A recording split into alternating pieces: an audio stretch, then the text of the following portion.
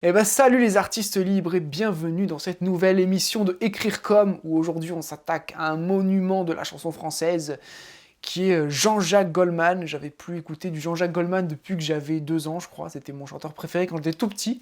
Et après, je l'ai plus écouté. Et donc là, c'est un peu comme un retour aux sources, voilà. Donc pour cette analyse, j'ai choisi la chanson Au bout de mes rêves, un peu de positif dans ce monde dépressif.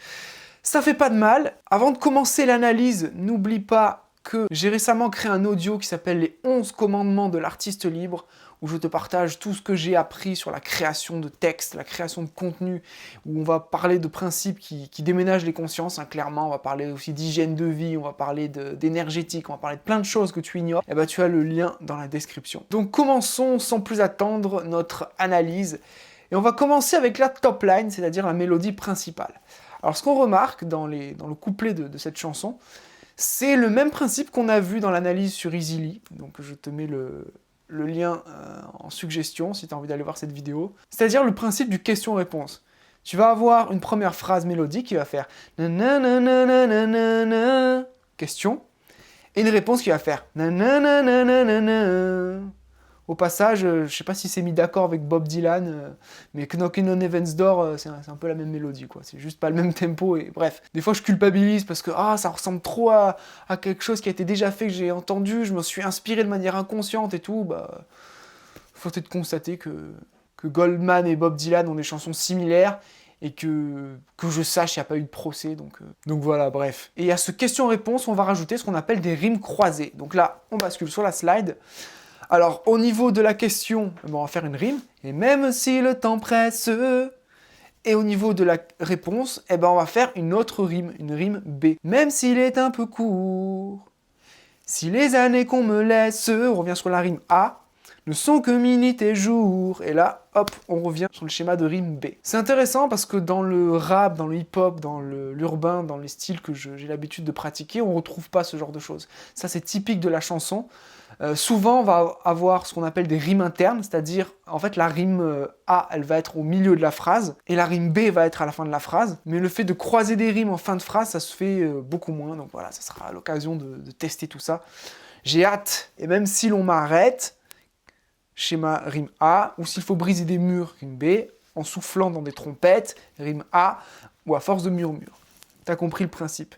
Question-réponse. Question, rime A, réponse, rime B. Question, rime A, réponse, rime B. Et tous les couplets de cette chanson sont construits comme ça en fait. Pas besoin d'aller chercher midi à 14h pour faire des hits. Et ça, Jean-Jacques l'a compris. Maintenant, on va s'attaquer à l'ossature de ce morceau. C'est-à-dire sur quoi le morceau en fait a été construit. Et il a été construit sur ce qu'on appelle une anaphore filée. Donc peut-être que ça te dit rien, on va passer tout de suite sur la slide et je vais te montrer. Alors en fait, tout au long de la chanson, donc on va avoir un peu les 3 couplets, là c'est le premier couplet, on va avoir un mot ou un groupe de mots qui va se répéter, et tout le morceau est construit là-dessus. Et ce groupe de mots, c'est même si, tu vois, et même si le temps presse, même s'il est un peu court, donc on va répéter le même si, et enfin, t'as si les années qu'on me laisse, donc c'est... l'intensité diminue à chaque fois, mais c'est le même principe. Et après, sur le deuxième paragraphe du couplet, et même si l'on m'arrête, ou s'il faut briser des murs, donc on retrouve ce et si qui va se répéter tout au long du morceau. Et deuxième couplet, pareil, même s'il faut partir, changer de terre, changer de trace, etc., s'il faut chercher l'exil, même si les tempêtes, les mauvais dieux, etc., etc.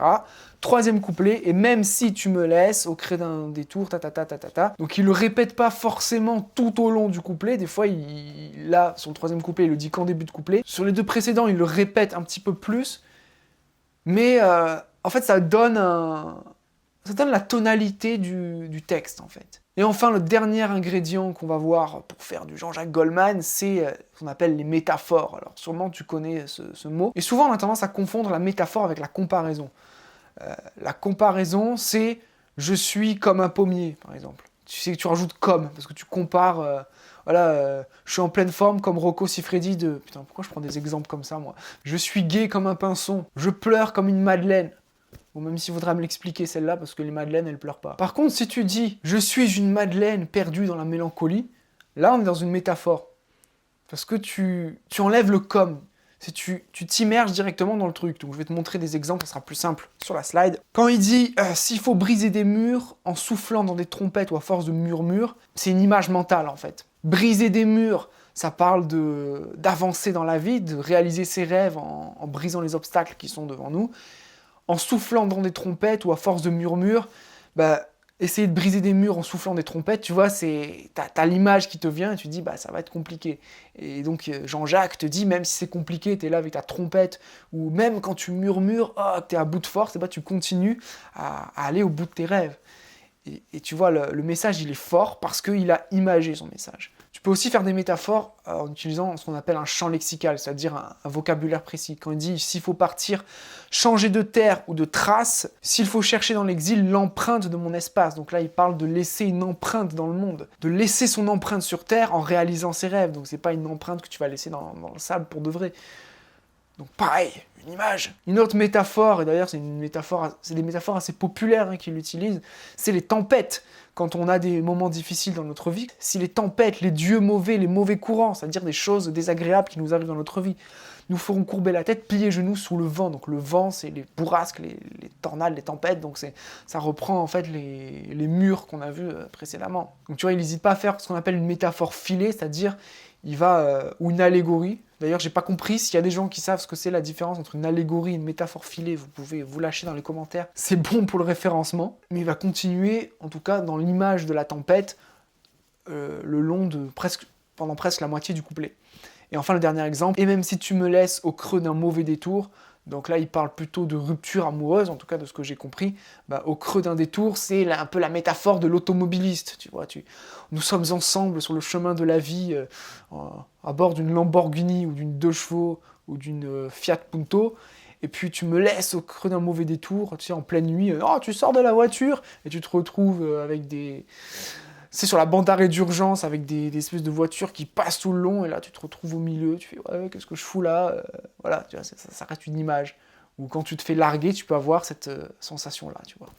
Donc voilà, un truc que j'ai pas dit aussi, c'est que contrairement au rap et à la pop urbaine, enfin au style que j'ai l'habitude de faire, les phrases sont beaucoup plus courtes, les mesures sont beaucoup plus courtes. Donc qui dit phrase beaucoup plus courte, dit il y a moins de mots, et qui dit moins de mots, dit le fait d'en dire le plus possible avec le moins de mots possible, donc beaucoup d'images, beaucoup de métaphores, et beaucoup de descriptions, beaucoup de symboles. Donc voilà, je pense que j'ai fait le tour de cette analyse. Donc pour rappel, évidemment, tu as les 11 commandements de l'artiste libre si tu as envie d'écrire de meilleurs textes et de faire passer ton écriture et ta création au niveau supérieur.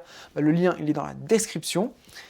Et puis, je vais te laisser avec ce que j'ai fait, ce que j'ai créé. Alors évidemment, là, c'est la première fois où on se retrouve confronté à un style qui est différent de ce que je fais d'habitude. Jusqu'à présent, j'ai analysé des artistes qui étaient plus ou moins dans mon style musical, donc j'avais peut-être moins, entre guillemets, d'efforts à faire, parce que c'est des artistes qui me ressemblaient, que j'appréciais. Là, on analyse des artistes d'un autre style, donc je ne vais pas imiter le style de l'artiste, je vais rester dans mon style, qui est le hip-hop et qui est la pop urbaine, tout en respectant un peu les codes que j'ai énoncés tout à l'heure, donc ça qui va être intéressant, tu vois, je fais pas une imitation en général, j'essaie de m'approprier le truc le plus possible et d'aller chercher des choses, évidemment, qui vont me toucher en moi. Donc je te laisse avec ce que j'ai fait, et je te dis à très vite.